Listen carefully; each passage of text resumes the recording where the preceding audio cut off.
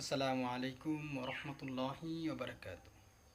সম্মানিত দিনী ভাই বোনেরা, আপনাদের সবাইকে স্বাগতম। আজকে আলোচনা করব আয়াতুল কুরসি সম্পর্কে। এই চ্যানেলে আরও দোয়া এবং আমলের ভিডিও দেওয়া হবে। সকলেই এই চ্যানেলটা সাবস্ক্রাইব করে নেবেন এবং যারা এই চ্যানেলটা সাবস্ক্রাইব করেছেন তাদেরকে জানাই অসংখ্য অসংখ্য ধন্যবাদ। তাহলে চলুন আমরা ভিডিওর মূল পর্বে চলে যাই। সম্মানিত দর্শক, আয়াতুল কুরসি অত্যন্ত বরকতময় একটি আয়াত। যে আয়াত সম্পর্কে মহানবী সাল্লাল্লাহু আলাইহি ওয়াসাল্লাম বলেছেন, যে ব্যক্তি সকাল এবং বিকালে অর্থাৎ রাত্রে আয়াতুল কুরসি পাঠ করবে,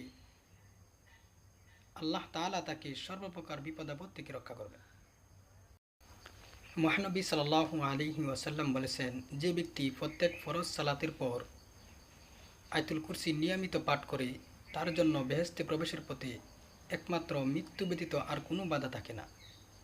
অর্থাৎ মৃত্যুর সাথে সাথে সে বেহেশতের আরাম আয়েশ উপভোগ করতে শুরু করবে।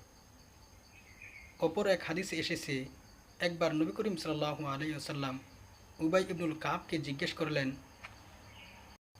কুরআনের কোন আয়াতটি শ্রেষ্ঠ ও সবচাইতে গুরুত্বপূর্ণ?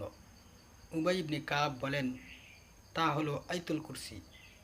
উত্তর শুনে নবী করিম সাল্লাল্লাহু আলাইহি ওয়াসাল্লাম তা সমর্থন করলেন এবং বললেন, হে উবাই ইবনুল কাব, এই উত্তম জ্ঞানের জন্য তোমাকে ধন্যবাদ।